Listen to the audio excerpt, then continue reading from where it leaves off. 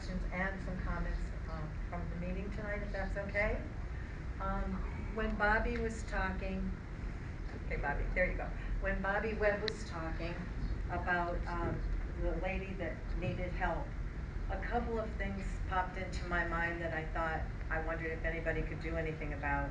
And right here now, when it said about the youth program through CareerLink, Trina, are you still involved with CareerLink? Yeah. If they have a youth program there, would there be something like that they could use students to come in and help the lady clean her home? Or maybe even get clubs involved, like a Key Club from Pittston Area High School, or youth groups from the churches? They have to have a certain number of hours. The seniors have to put in a certain number of hours of volunteer work. And I'm thinking, if you put that out there somewhere, that some of the children could come in and maybe help the lady clean up her home, if that's the problem, if she is a hoarder, which I don't know, but I'm just assuming that she would need some kind of help like that. And on the other hand too, if she needs some minor repairs done, maybe there are people in the community like electricians or carpenters or somebody that would be willing to go in and help an elderly lady with her home, you know, pro bono. So that was the one thought that I had when Bobby was up there standing. And Bobby, I thank you so much for your humanity and thinking about her and her condition. And I hope somebody can help do something about it for her. The second thing that I had a question about, when you mentioned that you're going to be advertising for a civil service commission, did that person quit that was on the civil service? Because from what I understand, there were a civil service commissioner and an assistant civil service commissioner. And is that the reason that you're advertising for one, that they quit, or is this just a yearly thing? No, it's me. Trina's. My term is expired. Oh, okay, honey. I didn't know, I didn't Yeah, understand, it's me. you know, how that worked, because I know Dwayne Hollister was on, and I thought maybe he left. No, it's mine. My term is expiring, and once I become mayor, I can't be on Okay. civil service. Thank you for explaining that to me. I understand that. And then last but not least, this is a problem that has been an ongoing problem. My name is Barbara Schock. My husband is Jerry Schock. And since 2008, we've been trying to get Johnny Cremard and Bobby Bajeski to come back and clean up our lot. We purchased a property in 2008. They keep promising, well, we haven't talked that often to Bobby Bajeski, but Johnny Cremard, every time my husband runs into him, because they were childhood friends, they grew up together, and every time he sees him, he'll say, Johnny, when are you gonna come back and help me with my lot? Johnny says, well, I'm busy, I have somebody else I'm doing, don't worry about it, I'll be back. This has gone on since 2008, almost, I think it's 17 years. Now, my husband has spoken to people about it. He spoke to Carolyn. Keith is very much aware of it because of Johnny Cremard, and they're related to each other. And the problem is, he doesn't get any results from anything.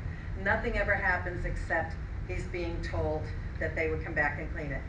Now, originally what had happened, we hired Johnny Cremard and asked him to level it to street level for us, the property next to our home, right next to our garage, so that we could put a trailer or something just to expand our business, because we're overloaded with computers.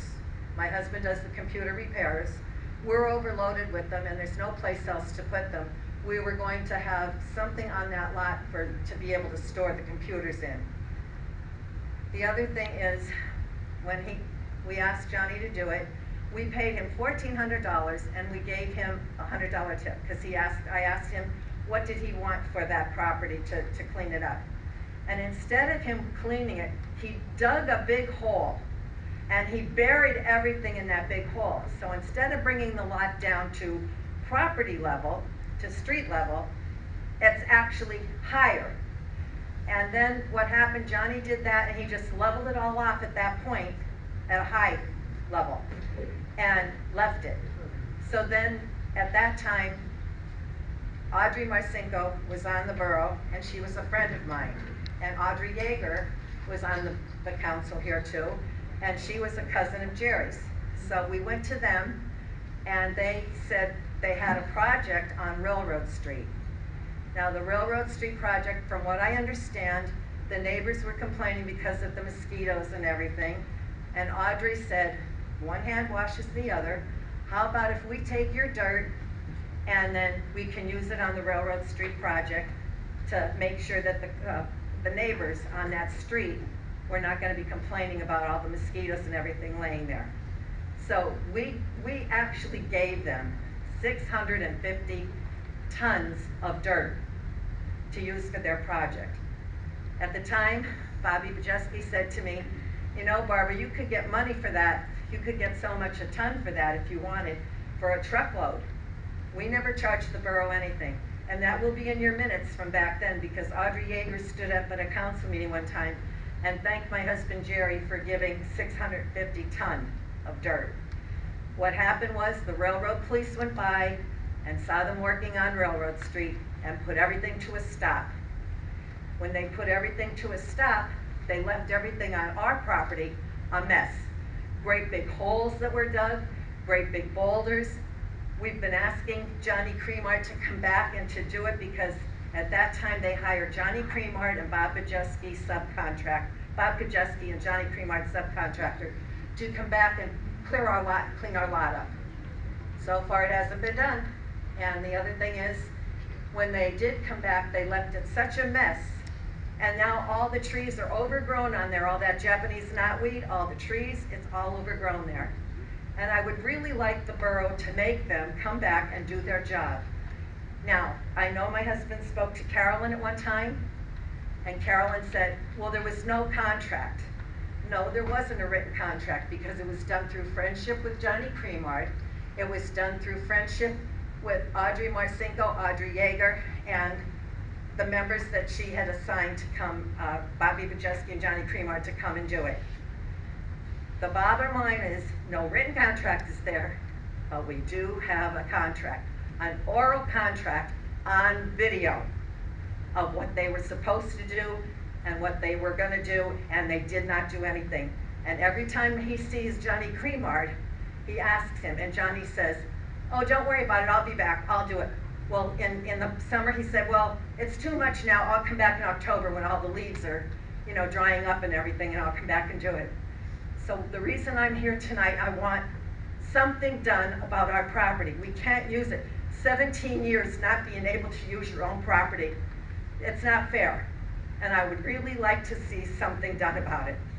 Now, my husband has approached them, and he feels that his words went on deaf ears. And he's spoken to several people here about it.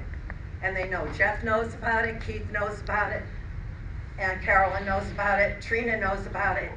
And please, I'm begging, let them come back and level our lot off. And instead of having it the mess that it is and all those overgrown trees and boulders and holes in it. We need to be able to use our lot.